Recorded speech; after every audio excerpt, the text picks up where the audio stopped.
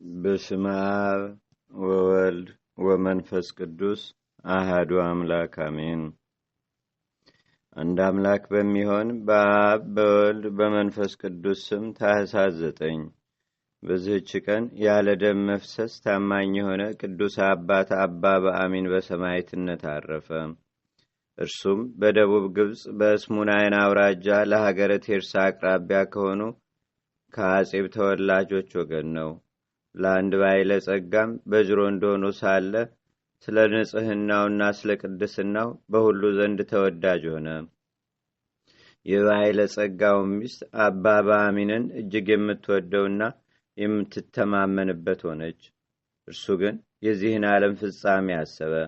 የባይለ ጸጋውንም አገልግሎት ትቶ ወደ ገዳም ሂዶ መነኮሰ። ባይለ ጸጋውም መሄዱን በሰማ ጊዜ እጅግ አዘነ። ሚስቱንም ይዞ አባ በአሚን ወዳለበት በአንድነት ሄዱ። ወደ እርሳቸው እንዲመለስም ለመኑት። እንዲህም አሉት፣ ከአንተ እንለይ ዘንድ ከቶ አንችልም፣ ስለዚህ አንተውህም አሉት። አባ በአሚንም እኔ ራሴን ብጻት አድርጌ ለእግዚአብሔር ሰጥቻለሁ እኮን አላቸው። ይህንንም ሲሰሙ ከእርሱ በመለየታቸው እያዘኑ ትተውት ተመለሱ። ከዚህም በኋላ በአማረ ተጋድሎ ታላቅ ተጋድሎንም በመጋደል ብዙ ዘመናት እግዚአብሔርን አገለገለው። ከዚህም በኋላ ክብር ይግባውና ስለ ጌታችንና ስለ መድኃኒታችን ስለ ኢየሱስ ክርስቶስ ምስክር ሆኖ ደሙን ሊያፈስ ወዶ ወደ እንዴናው ከተማ ሄደ። ብዙዎች ምዕመናንንም ሊያሰቃዩአቸው አገኛቸው። እርሱም ክብር ይግባውና በጌታችንና በአምላካችን በመድኃኒታችን በኢየሱስ ክርስቶስ ታመነ። ጽኑ ስቃይንም አሰቃዩት። ስጋውን በእሳት ለበለቡ፣ ሕዋሳቱንም ሰነጣጥቀው ከመንኮራኩር ውስጥ ጨመሩት። ዳግመኛም ባጋሏቸው የብረት ዘንጎች አቃጠሉት። በዚህም ሁሉ ጸና።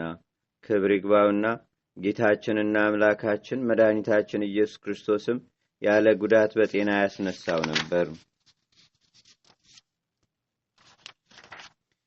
እንዲህም እየተሰቃየ ሳለ ጣዖት የሚመለክበት ወራት አለፈና ጻድቅ ቆስጠንጢኖን ነገሰ። ክብር ይግባውና በጌታችንና በአምላካችን በመድኃኒታችን በኢየሱስ ክርስቶስ ስም ዲዮቅልጥያኖስ ያሰራቸውን እስረኞች ሁሉ እንዲፈታዋቸው አዘዘ። ጌታችንም ለአባ በአሚን ተገለጠና ከሰማዕታት ጋር እንደቆጠረው አስረዳው። ንጉሥ ቆስጠንጢኖስም ከእሳቸው ቡራኬ ሊቀበል ሽቶ ከውስጣቸው 72 እስረኞችን ወደ እርሱ ያመጡ ዘንድ አዘዘ። አባ ኖብ ከእርሳቸው ጋር በዚያ ነበረ። ከእርሳቸውም አንዱ ይህ አባ በአሚን ነው። ከዚህም በኋላ ከስሙናያን ውጭ በሆነች ገዳም የሚኖር ሆነ። ጌታችንም ታላቅ ጸጋን ሰጥቶት በሽተኞችንም ሁሉ የሚፈውሳቸው ሆነ። ዜናውም በቦታው ሁሉ ተሰማ። በዚያም ወራት የሮም ንጉሥ ሚስት የሆነች አንዲት ንግሥት ነበረች። እርሷም ከእርሷ ጋር ስለሚኖር የወንጌላዊውን ዮሐንስ የራእዩን መጽሐፍ ሁልጊዜ የሚያነብላት የሆነ እግዚአብሔርን ስለሚፈራ ስለ አንድ ዲያቆን እጅግ የታመመች ናት። ከንጉሥ ሹሞች አንዱ በቀናበትም ጊዜ ወደ ንጉሡ ሄዶ ጌታዬ ንጉሥ ሆይ እወቅ፣ ይህ ዲያቆን ዮሐንስ ሁልጊዜ የዮሐንስ የራእዩን መጽሐፍ በማንበብ እያመካኘ ከመቤቴ ንግሥት ጋር ይተኛል አለው። ንጉሡም ይህን በሰማ ጊዜ እጅግ አዘነ። በዚያንም ጊዜ ተነስቶ ንግሥቲቱ ወዳለችበት ቤተ መንግሥት ገባ። ያንንም ዲያቆን በፊቱ አቁሞ የዮሐንስን የራእይን መጽሐፍ ሲያነብ አገኘውና ከነ መጽሐፉ ወስደው ዲያቆኑን ከባህር እንዲያሰጥሙ ታዘዘ። 2 ሰዎችም በታናሽ ጀልባ ጭነው ወስደው ከባህር መካከል ወረወሩት። ወዲያውኑም ብርሃንን የለበሰ ሰው ከሰማይ ወርዶ ያንን ዲያቆን ከመጽሐፉ ጋር ነጥቆ ወስዶ ከአንዲት ደሴት ላይ አኖረው። እንደዚያ 2 ሰዎች ሲያዩም ነበር። እጅግም እያደነቁ ተመለሱ። ያዩትንም ለንጉሡ አልነገሩትም። ንግሥቲቱም በዲያቆኑ ላይ የተደረገውን ባየች ጊዜ እጅግ አዘነች። በእርሷም ደዌ ጸናባት። ሆዷም ቆስሎ 15 ዓመት ኖረች። ወደ እርሷም ብዙ ጥበበኞች ባለመድኃኒቶችም መጥተው ነበር፣ ግን ሊፈውሷት አልቻሉም። አንድ አዋቂ ሰውም እንዲህ ብሎ መከራት፣ በግብፅ አገር ወደሚኖሩ ቅዱሳን ብትሄጂ ከደዌሽ በተፈወስሽ ነበር። በዚያን ጊዜም ተነሳች፣ ከእርሷም ጋር ብዙ ሰራዊት አለ። ወደ ግብፅ አገርም ደርሳ ገዳማቱንና አብያተ ክርስቲያንንም ሁሉ ዞረች፣ ግን አልዳነችም። ወደ እንዴናው ከተማን በደረሰች ጊዜ ስለ መምጣቷ የአገሩ መኳንንት አደነቁ። እርሷም ችግሯን ሁሉ ነገረቻቸው። እነርሱም ወደ ቅዱስ አባ ባሚን እንድትሄድም መከሯት። በመርከቡም ተሳፍራ ወዲያውኑ ቅዱስ አባ ባሚን ወዳለበት ገዳም ደረሰች። እነሆ ንግሥት ወደ አንተ መጥታለች፣ ከአንተም ልትባረክ ትሻለች ብለው ነገሩት። እርሱም ከምድር ንግሥት ጋር ምን አለኝ ብሎ መውጣትን እምቢ አለ። መነኮሳትም ወደ እርሷ እንዲወጣ አጽንተው ለመኑትና ወጣ። ባየችውም ጊዜ ከእግሩ በታች ወድቃ ሰገደችለት። እርሱም በዘይት ላይ ጸልዮ ቀባት። በዚያንም ጊዜ ዳነች። ቅዱስ አባ ባሚንም ንጉሥ ከባህር ባሰጠመው በዚያ ዲያቆን ምክንያት ይህ ሁሉ እንደደረሰብሽ ወቂ። እርሱ ግን በአንዲት ደሴት ውስጥ በሕይወት ይኖራል። የአቡ ቀለምሲስ ዮሐንስ የራእይ መጽሐፍም ከእርሱ ጋር አለ አላት። ንግሥቲቱም ሰምታ እጅግ አደነቀች፣ ደስ አላትም። ስለዚያ ዲያቆን በሕይወት መኖርና እርሷን ፈውስ ስለማግኘቷ ለቅዱስ አባ ባሚን እጅ መንሻ ብዙ ገንዘብም አቀረበችለት። ከንዋየ ቅድሳት በቀር ምንም ገንዘብም አልተቀበላትም። ከዚህም በኋላ እግዚአብሔርን እያመሰገነች ወደ ሮሜ አገር ተመለሰች።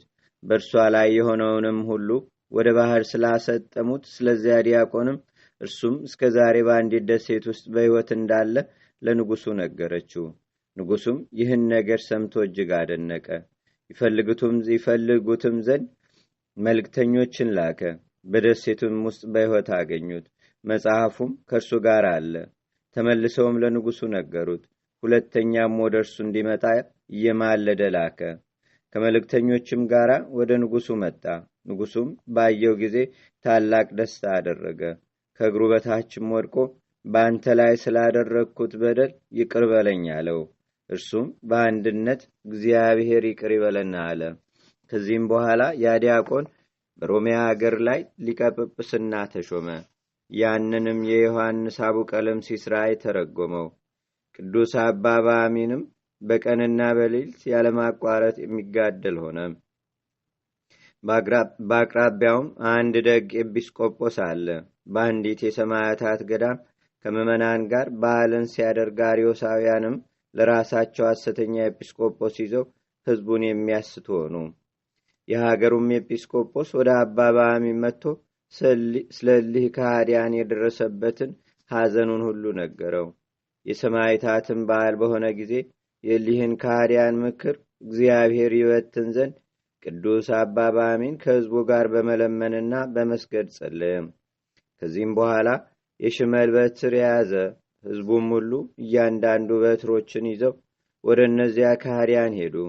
ከሃዲያንም ባዩ ጊዜ ተበተኑ፣ ወደዚያ ዳግመኛ አልተመለሱም፣ እግዚአብሔር ምክራቸውን በትኖባቸዋልና። ቅዱስ አባ ባሚንም ፈጽሞ ባረጀ ጊዜ የሞት ደዌን ታመመ። መነኮሳቱንም ሁሉ ሰብስቦ ዕድሜው እንደቀረበ ነገራቸውና አጽናናቸው። እነርሱም ከእርሱ ስለመለየታቸው አዘኑ። ከዚህም በኋላ በፈጣሪው እግዚአብሔር እጅ ነፍሱን ሰጠ። መነኮሳቱም እንደሚገባ እያመሰገኑና እየዘመሩ መልካ አገናነዝንም ገነዙት። ሥጋው በእምነት ወደ እርሱ ለሚመጣ ሁሉ መጠጊያ ሆነ። ወይም በቀናች ሃይማኖት ጸንቶ ወደ ቤተ ክርስቲያንም ሂዶ በስሙ ለሚለምን ሁሉ የለመነው ይሆንለታል። ለእግዚአብሔርም ምስጋና ይሁን። እኛንም በዚህ ጻድቅ ጸሎት ይማረን። በረከቱም በአገራችን በኢትዮጵያ በሕዝበ ክርስቲያኑ ሁሉ ላይ ለዘላለም አድሮ ይኑር፣ አሜን። ሰላም ለከ በአሚን ስኩ በአራታ ሐጺን ልሁብ ለጓለማውታ ቀዋሚ ወለማስብ ወሰላም ለለምስሌሁ በቤተ መከራ ወጻይብ በእንተ ክርስቶስ ምቆሃን ሕዝብ። በዝችም ቀን የበርላም የአርሚያና የዘካርያስ የእረፍታቸው መታሰቢያ ነው። በረከታቸውም በአገራችን በኢትዮጵያ በሕዝበ ክርስቲያኑ ሁሉ ላይ ለዘላለሙ አድሮ ይኑር፣ አሜን። አንድ አምላክ በሚሆን በአብ በወልድ በመንፈስ ቅዱስ ስም ታኅሳስ 10 በዚህች ቀን የአንጾኪያ አገር ሊቀ ጳጳሳት የከበረ የቅዱስ አባ ሳይሮስን ሥጋ ከእስክንድሪያ ውጭ ወደሆነች ደብረ ዝጋ ገዳም አመጡ። በዚህችም ቀን ቅዱስ አባት የእስክንድሪያ አገር ሊቀ ጳጳሳት ታውፋኒዎስ አረፈ።